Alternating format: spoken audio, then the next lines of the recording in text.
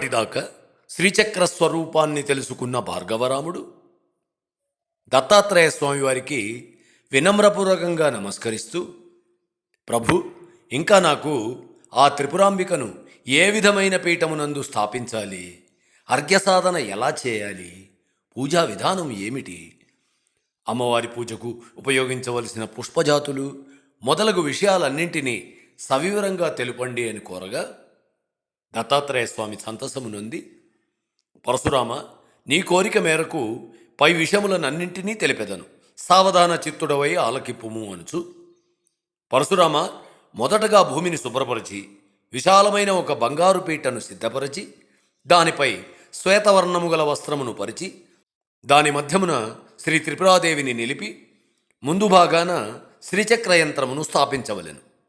మొదటగా పూజాగృహద్వారమును పూజించి అటుపిమ్మట శాస్త్ర ప్రకారము అర్ఘ్యవిధికి సంకల్పము చేయవలెను. తరువాత దేవతాపీఠమునకు ఎదురుగా ఉత్తర దక్షిణ భాగమందు కొబ్బరి చిప్పతో గాని కంచుతో గాని మట్టితో గాని తయారు చేయబడినటువంటి పాత్రను ఒకదానిని అర్ఘ్యప్రదానము చేయుట కొరకు ఉంచవలెను. ఒక పీట వేసి దానిపై త్రికోణాకారముగా మండలము చేసి ఒక పెద్ద పాత్రను నీటితో నింపి తంత్రమార్గమున పూజించవలెను. పై పాత్రను 8 విధములైన గంధములతోనూ అమృతతుల్యమైన జలములతోనూ నింపి సిద్ధము చేసుకొనవలెను. పై తెలిపిన వస్తువులు అందుబాటులో లేకపోయినా, తెచ్చుకొనుటకు శక్తి లేకపోయినా అనుబంధ కల్ప నియమాలను గ్రహించవచ్చు.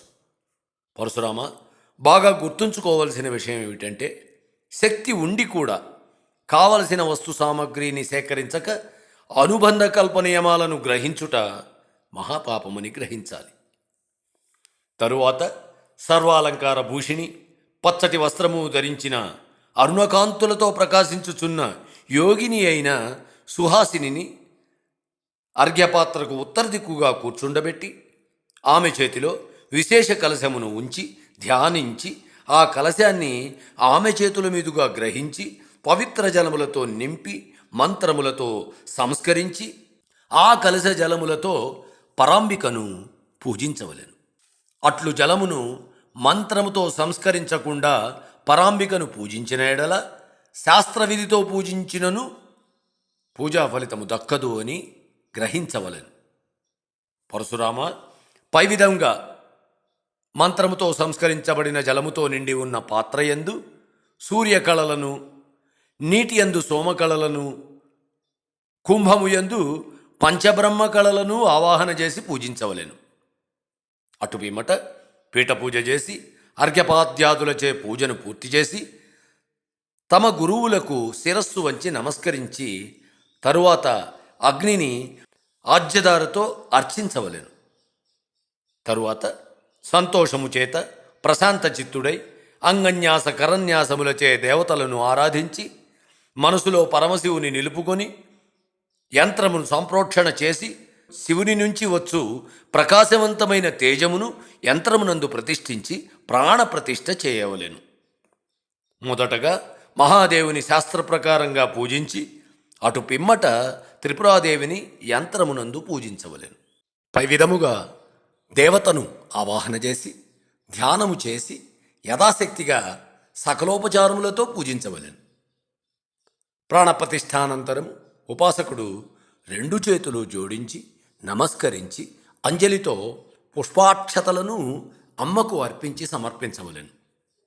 అటు పిమ్మట శాస్త్రబద్ధమైన మంత్రముల అర్థమును అవగాహన చేసుకుంటూ దేవతకు అర్ఘ్యము, పాద్యము, ఆచమనము, మధుపర్కము, మరల ఆచమనము, దంతధావనము, గండూషణము, ముఖమును శుభ్రపరచుట, వస్త్రముతో తుడుచుట, మరల ఆచమనము, మాలాపకర్షణ స్నానము, అభ్యంగనము, కేశమునకు తైలము పెట్టుట, శరీరమునకు నలుగు పెట్టుట, వేడినీటిచే స్నానము, పంచామృతాభిషేకము, ఫలోదకములతోనూ వివిధ నదీ జలములతోనూ అభిషేకము చేయించి శుద్ధోదక స్నానానంతరము మరల ఆచమనమనే ఉపచారము చేసి కేశములకు ధూపము వేయడం, పట్టు వస్త్ర సమర్పణ మొదలగు ఉపచారములన్నింటినీ వరుసగా చేస్తూ అలంకారములు మొదలగు ఉపచారములతో క్రమ పద్ధతిలో దేవిని పూజించవలెను.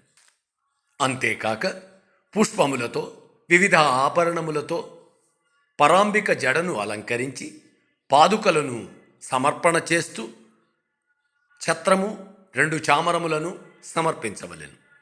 తరువాత సర్వాలంకార భూషిత అయిన పరాంబికను పూజాగృహమునందు ఏర్పాటు చేసుకున్న ఉచితాసనముపై కూర్చుని ఉన్న కామేశ్వరుని అంకముపై అమ్మను కూర్చుండబెట్టి పాపిటియందు సింధూరము, నుదుటన కస్తూరి తిలకమును తీర్చిదిద్దవలెను.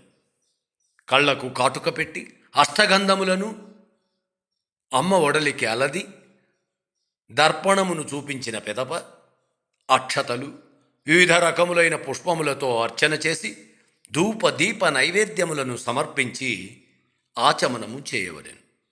తరువాత ప్రార్థన ధ్యానము చేయుచు దేవి చేతులకు నోటిని శుభ్రము చేసి పాదములను కడిగి మరల ఆచమనమును చేయవలెను.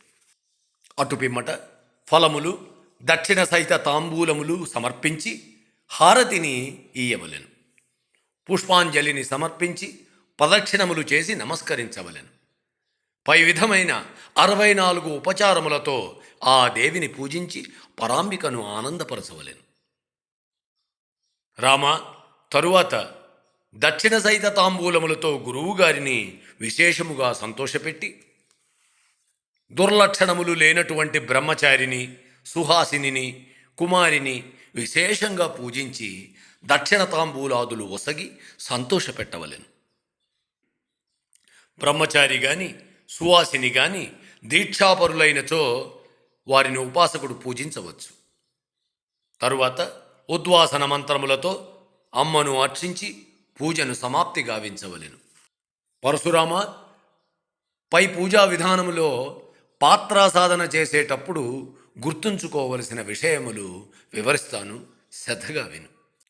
బిందువు మీద అర్చనకు శ్రీపాత్రను, గురుమండలార్చనకు గురుపాత్రను, శ్రీచక్రమందు బిందువును వదిలేసి మిగిలిన 8 చక్రముల అర్చనకు శక్తిపాత్రను, అమ్మవారి చుట్టూ ఉండే దేవతలకు లేదా పంచకాయతనార్చనకు భోగపాత్రను, ఆమ్నాయ దేవార్చనకు భోగపాత్రను, అమ్మవారికి బలివేయుటకు బలిపాత్రను వినియోగించడమే పాత్ర సాధనలోని విశేషం.